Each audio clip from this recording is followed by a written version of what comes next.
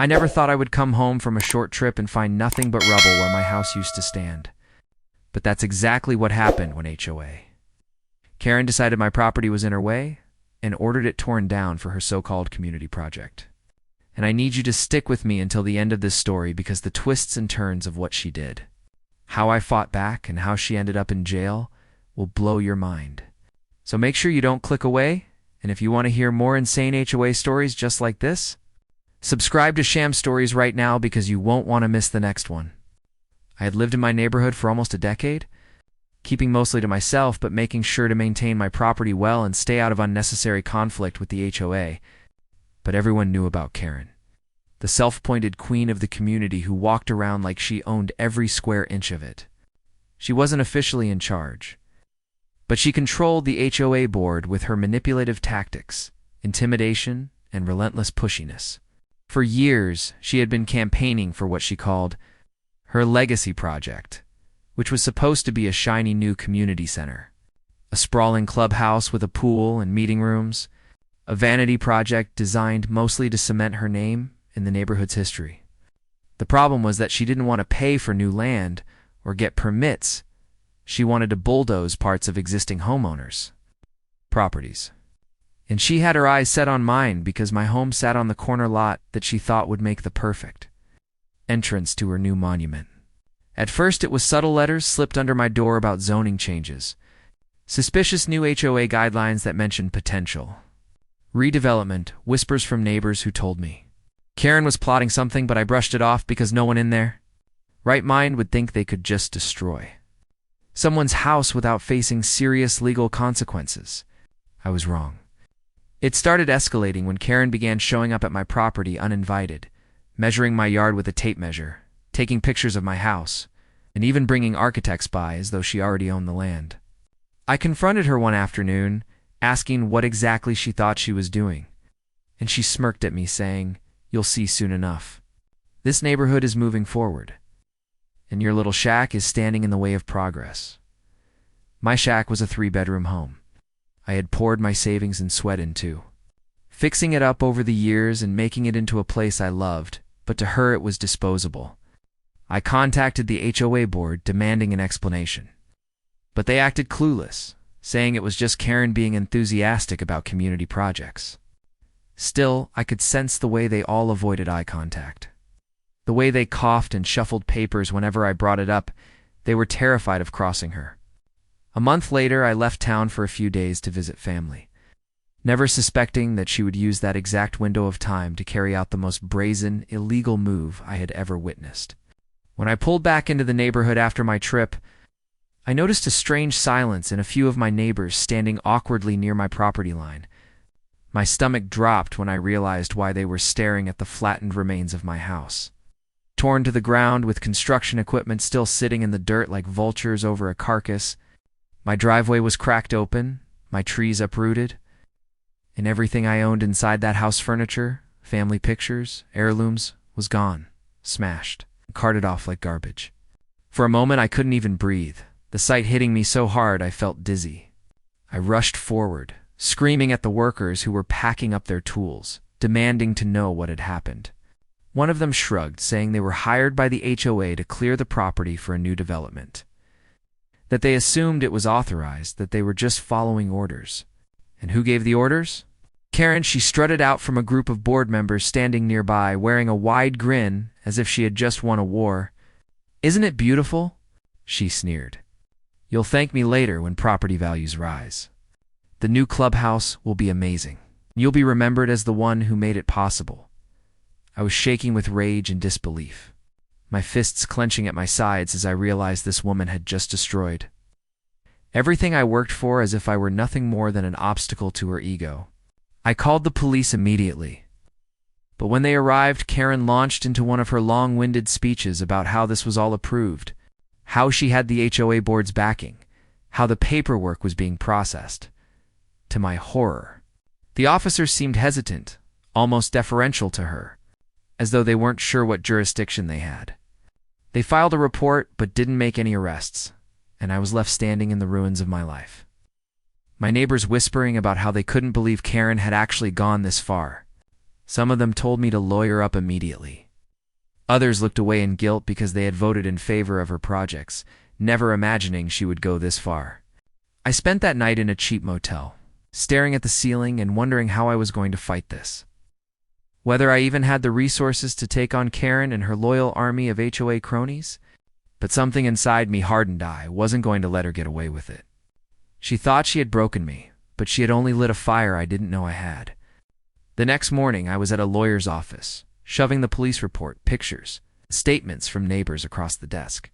The lawyer's jaw tightened as he looked at the evidence, muttering, "This is the most egregious abuse of HOA power I've ever seen," he explained. That Karen and the board had acted without permits, without court approval, without even proper HOA authority. They had literally committed crimes, including destruction of property and trespassing. We began building a case immediately, contacting city inspectors and zoning officials, all of whom were shocked to learn what had been done. Karen, however, acted untouchable. She continued bragging in HOA newsletters about the progress being made, telling neighbors that the clubhouse was just the first step in her master plan to transform the community. But behind her smug smile, cracks were forming, because as my legal case gained traction, more and more authorities began circling. Even so, those first days after the demolition were some of the hardest of my life. I had no home, no belongings, nothing but anger and determination. I stayed in motels and with friends while fighting tooth and nail against the monster who had done this to me. Neighbors who had once been intimidated by Karen began quietly reaching out, telling me stories of how she bullied them, how she threatened fines for minor infractions, how she manipulated board elections. The more we uncovered, the clearer it became that Karen had abused her power for years. And destroying my home was just her boldest move yet. And if there was one thing I promised myself every night before I fell asleep, it was this: I would not stop until she faced justice. Until she saw the inside of a courtroom, and until she finally learned that she could not bulldoze people's lives for her own twisted sense of power. The days following the destruction of my home were a blur of phone calls, meetings, and sleepless nights as I tried to pick up the pieces of my life while simultaneously preparing for the fight of a lifetime. And while my lawyer was confident that we had a strong case, Karen was not someone who would go down quietly, and she seemed determined to play every trick in the book to make my life even harder. Almost as though the demolition of my house wasn't enough punishment for daring to stand against her. She had convinced herself that she was above the law. And for years she had bullied and intimidated everyone into either siding with her or staying silent. But this time she had gone too far, and my case was about more than my own house. It was about drawing a line in the sand that Karen could no longer cross. She strutted through the neighborhood as if nothing had happened, telling anyone who would listen that she had acted for the good of the community, that the land was better off now that it was, cleared for progress, and that I was overreacting by going to the authorities. She even tried to paint me as the villain, spreading rumors that I had been planning to sell the property to outsiders who would ruin the neighborhood's character, when in reality, I had no such intentions. Every time I drove past the empty lot where my home once stood, my anger deepened. The excavators had flattened not just walls and floors, but years of memories, irreplaceable belongings, the very foundation of my life. And to Karen, it was just collateral damage for her vanity project. What Karen didn't realize was that she had underestimated not just me, but the legal system itself. My lawyer filed civil lawsuits for property destruction and emotional damages, but he also pushed criminal charges for unlawful demolition, trespassing, and abuse of authority under HOA statutes. At first, Karen laughed when she was served with the papers, telling everyone that I was wasting my time and money. But her laughter faltered when the city's zoning office sent her cease and desist letters for unauthorized construction, followed by a stop work order on her so-called community center. That didn't stop her from holding public meetings where she continued to grandstand, acting like she was the visionary leader being unfairly persecuted. She even staged a groundbreaking ceremony on my demolished property, complete with ribbons and shovels, trying to rally the neighborhood behind her. But cracks were showing in her facade. Neighbors who had once cheered her on now stood with folded arms, whispering among themselves, They might have tolerated her power plays when it was just fines and petty harassment. But tearing down an occupied home without permission was a line too far. And for the first time in years, Karen wasn't being blindly obeyed.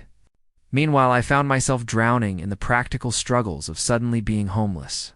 Insurance companies dragged their feet. The HOA board refused to provide compensation. And Karen's allies tried to make my life miserable by spreading lies and filing frivolous complaints. But every setback only steeled my resolve. My lawyer advised me to keep documenting everything. So I carried my phone everywhere, recording Karen's public statements, snapping pictures of unauthorized construction work, and gathering written testimonies from neighbors. Slowly but surely, the case was building. The turning point came when one of the contractors who had been hired for the demolition came forward. At first, he was reluctant.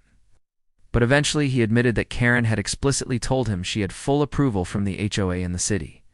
And when he asked to see permits, she brushed him off, saying they would be taken care of later.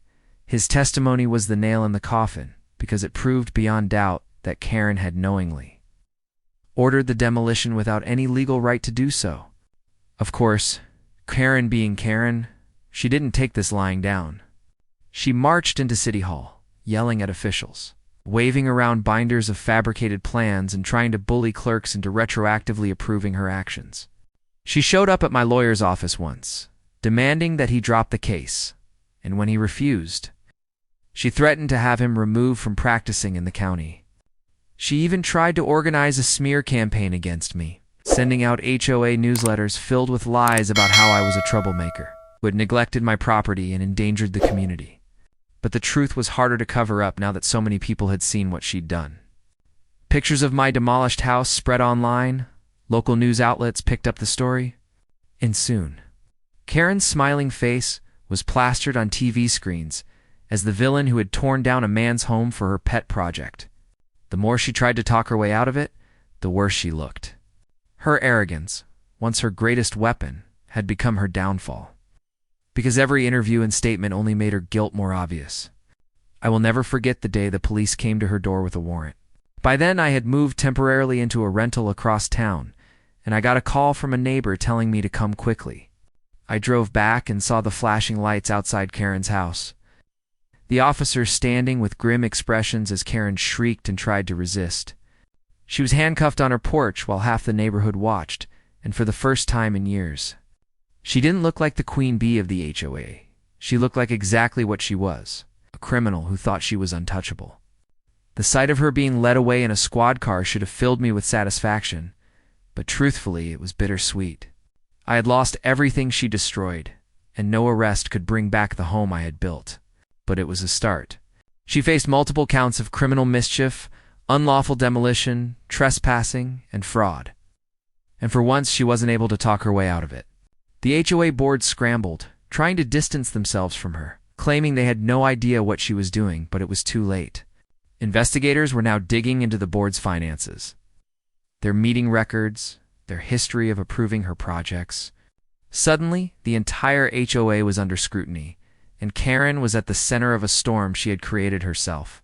Still, the fight wasn't over for me. Court cases take time, and Karen's lawyers tried to drag things out, filing motion after motion to delay proceedings. But every delay only gave my lawyer more time to uncover evidence, and soon we had mountains of it. Emails where Karen openly mocked me and bragged about her victory, invoices for demolition work signed in her name, recordings of her boasting to neighbors that nothing can stop progress. Each piece of evidence added weight to the avalanche that was about to bury her. Meanwhile, I kept pushing forward in my own life, trying to rebuild while also attending hearings and depositions. It was exhausting, but every time I thought about giving up, I remembered standing in front of that pile of rubble where my home used to be. And I knew I couldn't stop until she was fully held accountable. And perhaps the most surprising part was how the neighborhood itself began to shift. People who had once feared Karen now rallied around me. They showed up at hearings to support me, signed petitions demanding her removal from the HOA, and even offered to help me when I needed a place to stay or needed testimony for the case. It was as though Karen's destruction of my house had finally broken the spell she held over the community. For the first time in years, people weren't whispering in fear. They were speaking out. and Karen, for all her bluster, was powerless to stop it.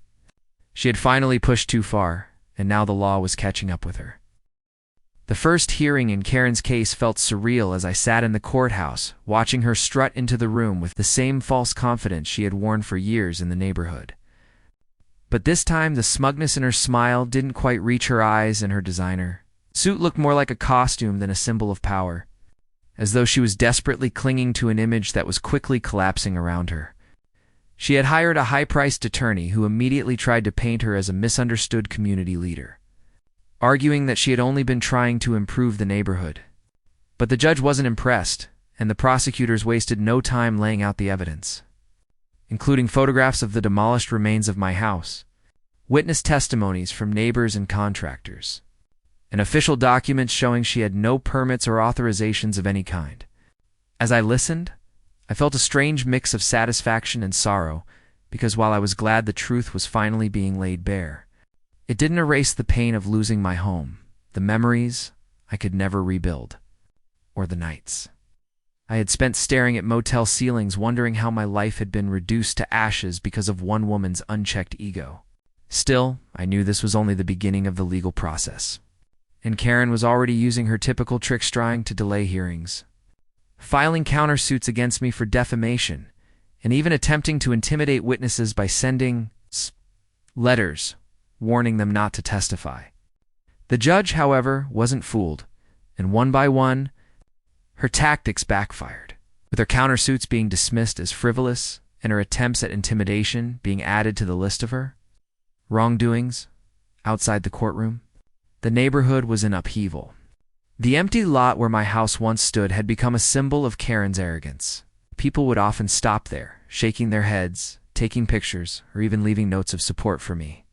Some neighbors admitted they had been too afraid to speak out against her for years, worried about fines or harassment. But now that she was exposed, they felt free to tell their stories. I heard accounts of her fining people for leaving their trash cans out 5 minutes too long, threatening families over paint colors, and even sabotaging board elections by manipulating proxy votes. The sheer breadth of her abuse of power was staggering, and as these stories came to light, public opinion turned sharply against her.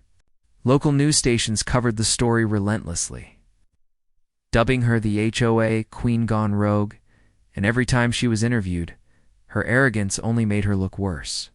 She claimed she was the victim of a smear campaign, that I was exaggerating, that the city officials were corrupt.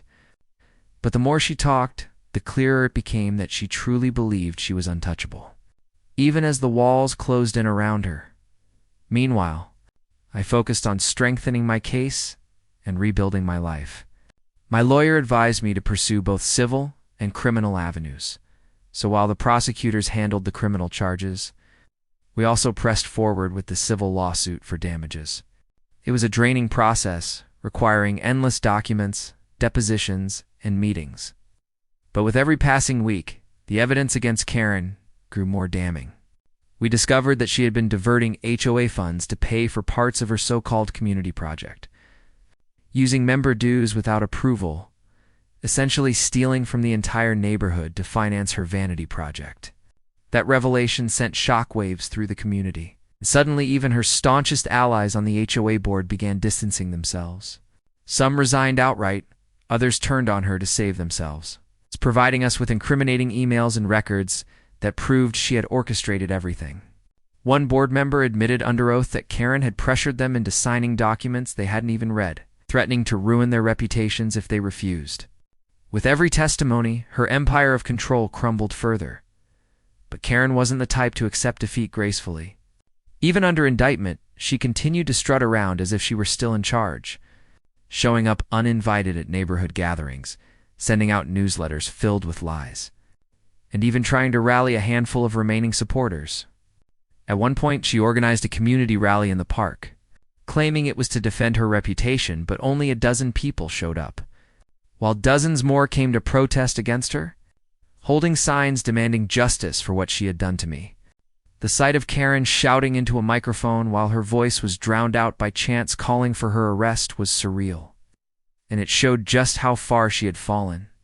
She was no longer feared, no longer respected. She was a pariah in her own kingdom. Through it all, I struggled with the emotional toll. Losing my home had been devastating. Though I was grateful for the support of neighbors and the progress in court, I often felt a deep, gnawing emptiness whenever I thought about the life I had before. My house had been more than walls and a roof. It had been where I celebrated holidays, where I watched storms roll in through the windows, where I built memories that were now nothing but dust. Some nights I would drive past the empty lot, park my car, and just sit there, staring at the place where everything used to be. It fueled my determination to see the fight through to the end, but it also reminded me of what I could never get back. Still, I knew that holding Karen accountable was the only way to honor what I had lost. Because if she got away with this, she would do it again to someone else. The next major breakthrough came when financial auditors, brought in as part of the investigation, uncovered a tangled web of fraudulent transactions. Karen had been siphoning HOA money not just for the clubhouse project, but for personal expenses, including luxury vacations, spa treatments, and shopping sprees. It was blatant theft, and when confronted with the evidence, she tried to claim it was reimbursement for her time and contributions to the community. The prosecutors were ecstatic because this opened the door to additional charges of embezzlement and fraud, charges that carried serious prison time. By now it was clear that Karen wasn't just an overzealous HOA leader, she was a criminal who had been abusing her position for years. As her legal troubles mounted, her demeanor shifted from arrogance to desperation. She snapped at reporters, stormed out of meetings, and lashed out at anyone who questioned her. The once confident woman who had demolished my home with a smirk was unraveling before everyone's eyes. And the neighborhood watched with a mixture of fascination and disgust. The civil case, too, was moving forward. My lawyer pushed for maximum damages, arguing not only for the cost of rebuilding my home, but for emotional distress, loss of property value, and punitive damages to set an example for any HOA that thought it could act above the law. Karen's lawyers fought tooth and nail, trying to whittle down the claims. But with the mountain of evidence against her, they had little to stand on. Every time we walked into court, I could see the strain on her face. The way her bravado was slipping, the way her eyes darted nervously whenever a new piece of evidence was presented. She was cornered, and she knew it. But even then, she refused to admit wrongdoing. In her mind, she was still the victim, still the misunderstood visionary. It was almost tragic. In a way, watching someone so consumed by their own ego that they couldn't recognize the destruction they had caused until it was too late. As the months wore on, I began to feel a sense of vindication. It wasn't just about me anymore. It was about the principle that no one, not even the self-proclaimed queen of an HOA, had the right to destroy someone's life for their own ambitions. Karen had crossed a line that couldn't be uncrossed, and now she was paying the price. Neighbors who had once whispered in fear of her now openly mocked her. Children laughed at the sight of her storming around in frustration, and the HOA itself was in shambles. Struggling to recover from the financial and reputational damage she had inflicted, and through it all, I held on to one thought. This wasn't over yet. But the day was coming when justice would finally be served, and Karen would face the full weight of the consequences she had earned. The trial that everyone in the neighborhood had been waiting for finally arrived, and the courtroom was packed to capacity, with reporters lining the back, neighbors filling every available bench, and even people from nearby communities showing up out of curiosity because by now, Karen's case had become almost legendary. A cautionary tale about the dangers of unchecked HOA power. And as I sat there watching her take her seat at the defendant's table, I couldn't help but marvel at how dramatically her world had collapsed since the day she demolished.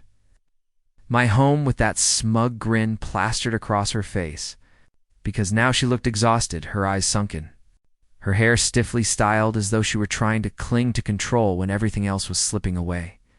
The prosecutors laid out their case with meticulous precision, starting with the most damning evidence, photographs of my destroyed property.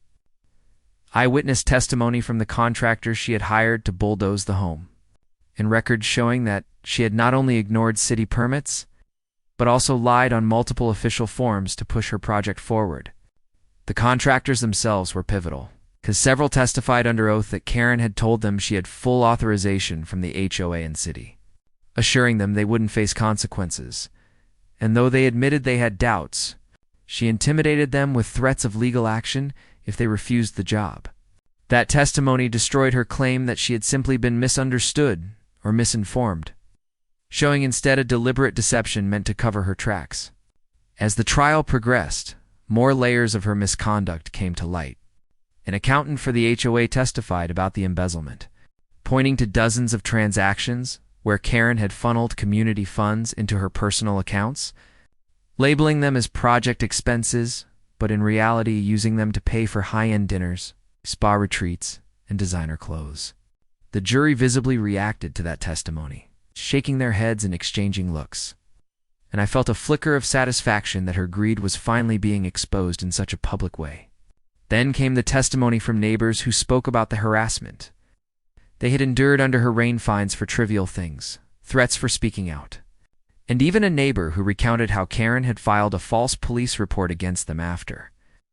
They refused to comply with one of her arbitrary demands.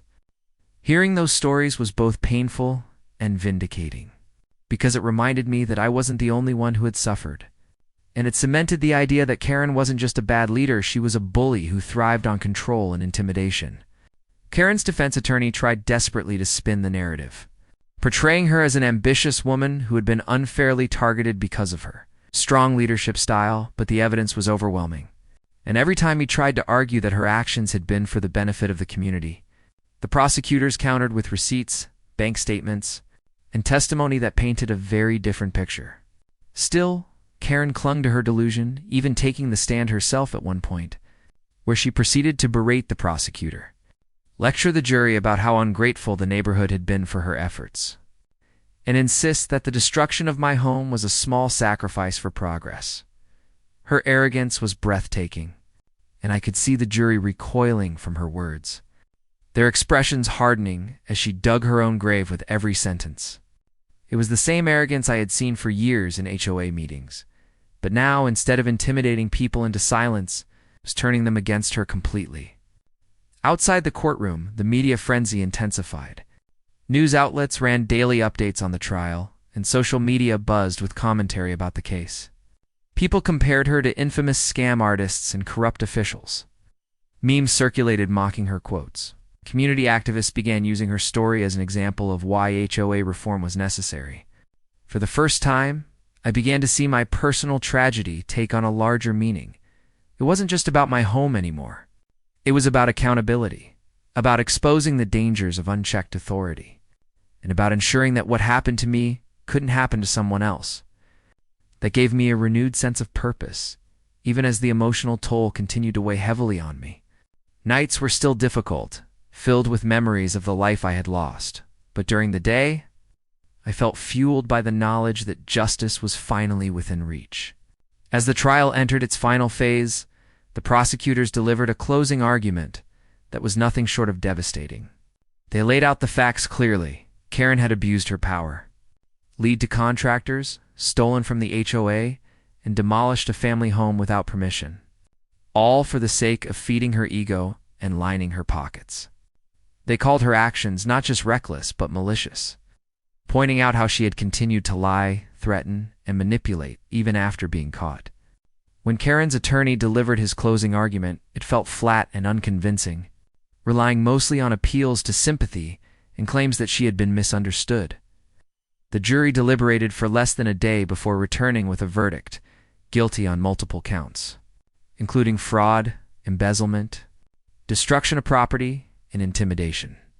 The moment those words were read aloud, I felt a weight lift off my shoulders, a surge of relief so powerful that I had to fight back tears.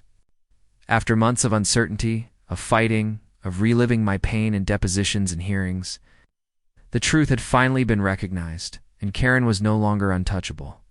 The sentencing hearing came weeks later, and by then Karen's veneer of confidence had completely cracked. She sat slumped in her chair, her hands trembling slightly, her once flawless image now reduced to a woman on the brink of losing everything. The judge was unsparing, citing her blatant disregard for the law, her abuse of power, and her complete lack of remorse as reasons for a harsh sentence. When the judge announced that she would serve a lengthy prison term and be required to pay restitution not only to me, but also to the HOA for the funds she had stolen, there was an audible gasp in the courtroom. Some neighbors even clapped quietly, though the judge quickly silenced them. For me, it was a moment of profound vindication. I would never get back the memories or the years of my life that had been appended. But knowing that Karen was finally facing real consequences brought a measure of peace I hadn't felt in a long time. In the aftermath of the trial, the neighborhood began the slow process of healing. The HOA board was restructured, with new leadership promising transparency and fairness. Several neighbors reached out to me personally, offering apologies for not standing up to Karen sooner and expressing gratitude for my persistence in holding her accountable. Some even organized a fundraiser to help me rebuild, which left me deeply moved. It wasn't about the money, it was about the gesture, the acknowledgement that my pain had mattered, that my fight had made a difference. The lot where my house once stood was still empty. But now, instead of being a symbol of loss, it felt like a symbol of resilience, a reminder that even in the face of injustice, one person's determination could bring about change. But Karen's story didn't end with the sentencing. From prison, she continued to make headlines, filing appeals that were swiftly denied, giving bizarre interviews in which she claimed she had been betrayed by the system, and even attempting to write a memoir blaming everyone but herself. Each attempt only deepened her infamy, and she became a cautionary tale not just locally, but nationally. With HOA reform advocates citing her case in legislative hearings and community workshops, the irony wasn't lost on me.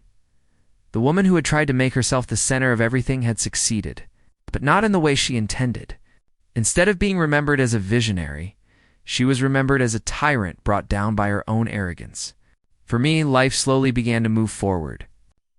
I started the process of designing a new home. It's one that would stand on the same lot, but represent a fresh start rather than a painful reminder. It wasn't easy. I still struggled with anger, with sadness, with the lingering question of why Karen had felt entitled to destroy my life. But I also felt stronger than I ever had before. I had faced down someone who seemed untouchable, and I had one. That knowledge gave me a quiet confidence that no HOA board, no tyrant neighbor, no self-proclaimed queen of the cul-de-sac could ever take from me again. And as I watched the community begin to rebuild itself in the wake of her downfall, I knew that Karen's reign was truly over, and justice, though long delayed, had finally been served. When the dust of the trial settled, and Karen was led away in handcuffs to begin her prison sentence, the neighborhood finally breathed a collective sigh of relief. And yet for me, the aftermath was just beginning. Because while I had achieved justice, I was still left to piece my life back together from the ruins of what she had destroyed. And that process was as emotionally exhausting as it was physically demanding. But it was also the most empowering journey I had ever embarked upon. Because for the first time in months, I could stand on the empty lot where my house once stood without feeling completely broken.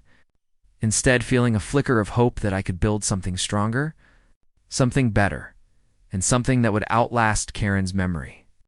And so I began working with architects and builders to design a new home. One that would honor the past but represent resilience and new beginnings.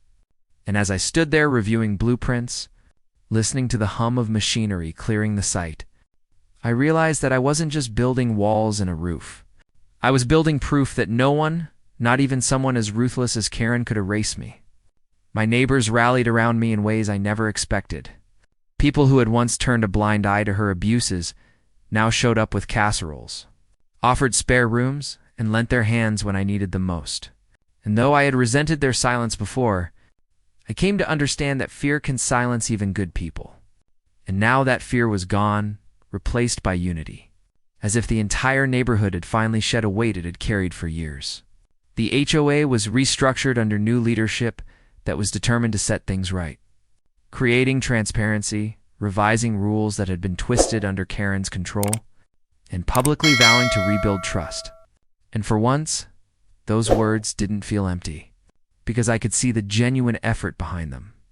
And it gave me a cautious optimism that maybe, just maybe, the community could heal from the scars Karen had left behind. Meanwhile, Karen's name became a kind of dark legend. A story parents whispered to their kids about the dangers of arrogance and greed. a cautionary tale told in HOA reform meetings across the state. And it was surreal to see my personal nightmare turned into a rallying cry for change, with lawmakers citing her case as an example of why checks and balances were needed to prevent HOA boards from becoming personal fiefdoms. In prison, Karen was reportedly struggling, no longer able to command, manipulate, or intimidate. And though part of me pitied her, I knew that pity was misplaced, because she had never shown remorse, never offered a shred of apology. And every interview she gave from behind bars was just another attempt to shift blame, portraying herself as the victim of a vendetta, but the world had stopped listening, and instead people laughed at her delusions, shaking their heads at how someone with so much opportunity to do good had thrown it all away chasing power. For me, healing wasn't about laughing at her downfall, but about reclaiming my own peace. And though it took time, therapy sessions, and countless moments of doubt, I began to feel whole again, learning to let go of the bitterness that had weighed me down and to embrace gratitude for the strength I had found in the fire of hardship. The day my new home was finally completed, I walked through its front door and felt something I hadn't felt in years: safety. Not just in the physical sense, but in the knowledge that I had faced one of the darkest chapters of my life and emerged not only intact, but stronger. And that house, with its walls gleaming fresh and its foundation solid, became my sanctuary, a reminder that destruction is never the end, only the beginning of what we choose to build afterward. And though Karen's shadow had loomed large over my life for too long, as I sat on my new porch one evening watching the sun dip below the horizon, I realized that her story had reached its conclusion. But mine was just beginning, a story no one could take away, a story of survival, justice, and the triumph of resilience over cruelty. And if there's anything you take away from my journey, let it be this: never let someone else's arrogance convince you that you are powerless. Because when you stand your ground, when you fight for what's right, and when you refuse to be silenced, you'll find strength you never knew you had. And you might just change not only your life, but the lives of everyone around you. Karen may be in jail, but the true victory is not her punishment, it's my freedom, my rebuilt life, and the lesson that no bully, no tyrant, and no so-called HOA queen can ever destroy the human spirit. And if you've been hooked by this unbelievable story of HOA corruption, arrogance, and justice, make sure you don't miss out on more wild tales like this one. Subscribe right now to Sham Stories so you're always the first to hear about the next HOA drama that will leave you stunned and inspired.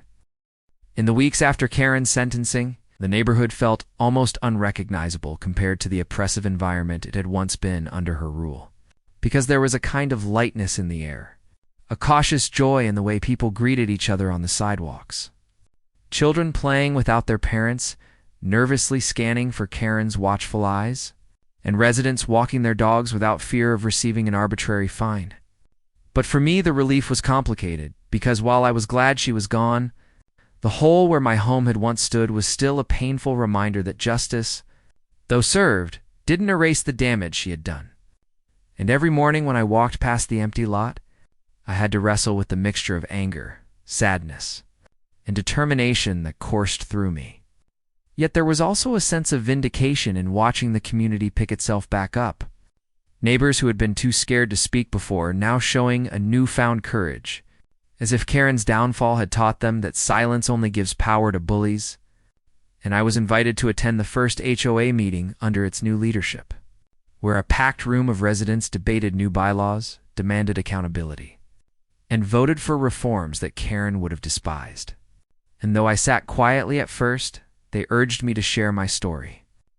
And when I stood and spoke about what it had cost me to fight back, about how close I had come to giving up, I saw tears in some eyes and anger in others.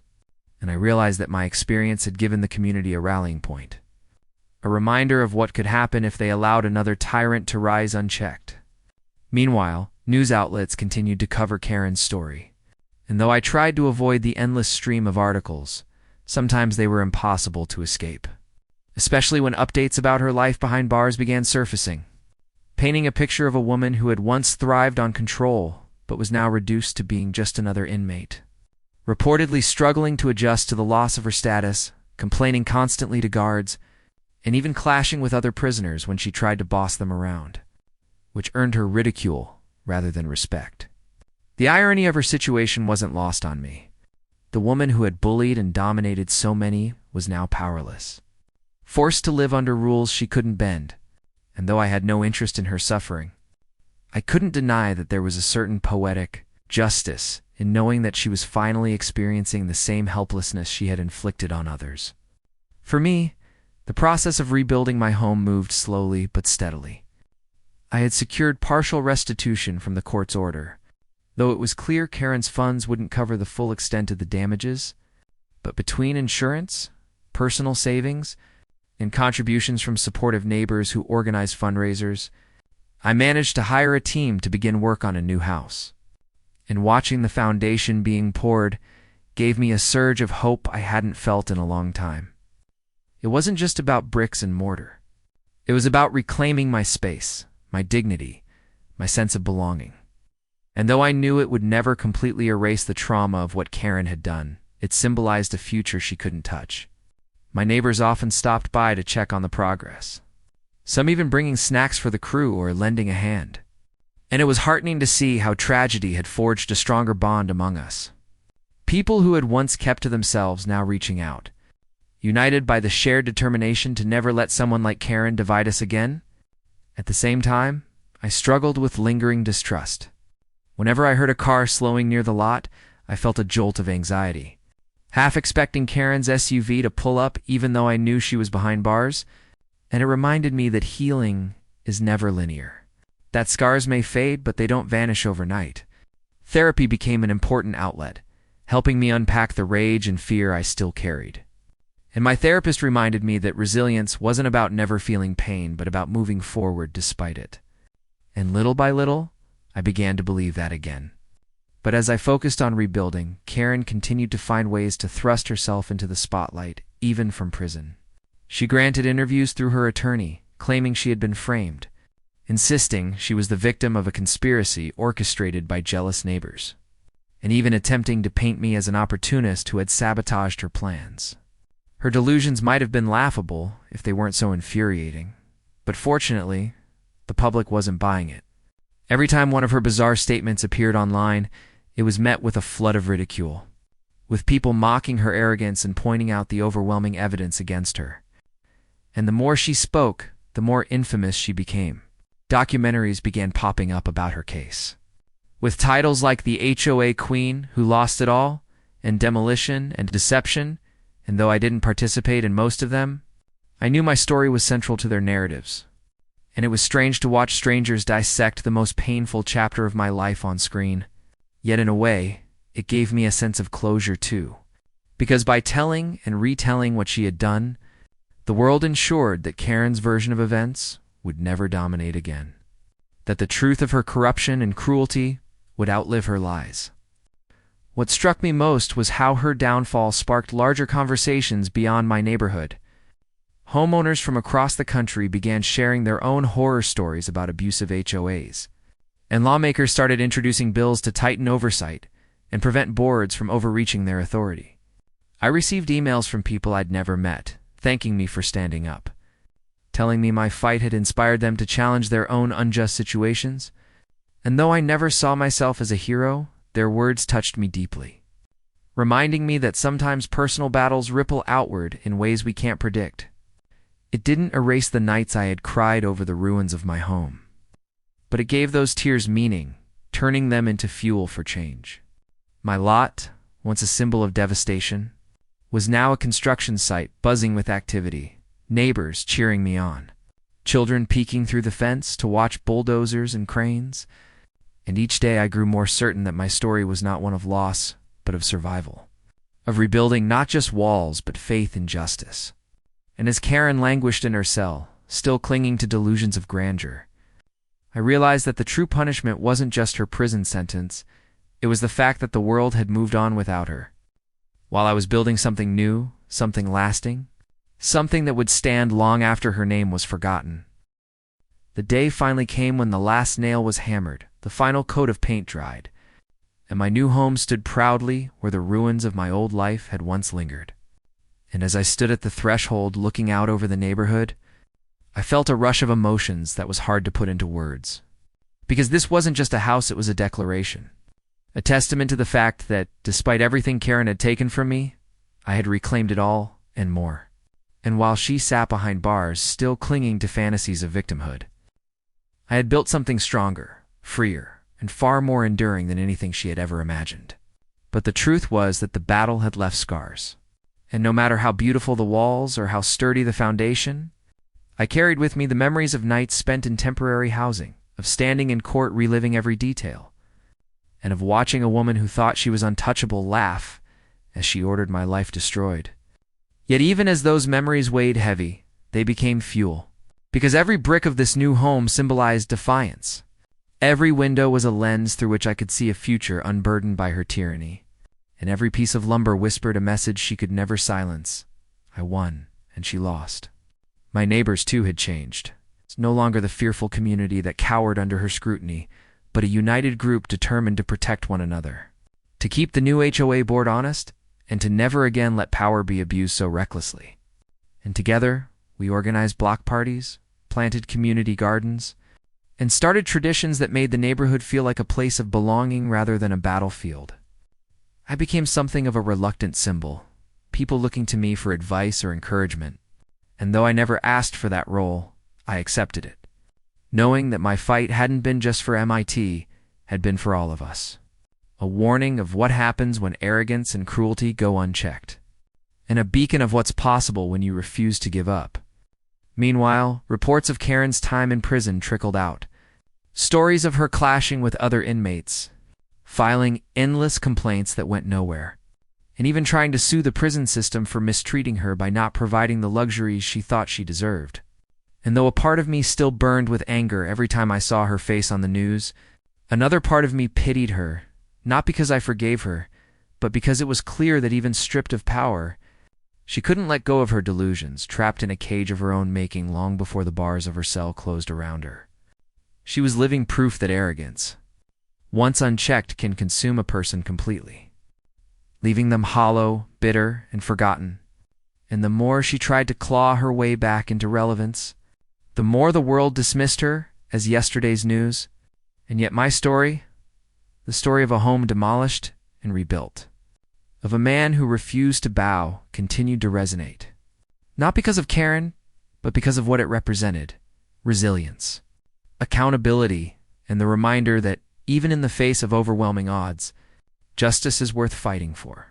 As I sat on my new porch one evening, sipping coffee and watching the sun sink low, painting the sky in hues of fire and gold, I felt peace settle in my chest for the first time in years. And in that quiet moment, I realized that Karen no longer mattered. Her name, a shadow in the past, while my future stretched out bright and full of possibility. And I promised myself that I would never again let someone dictate my worth or my place in the world. Karen had demolished my home.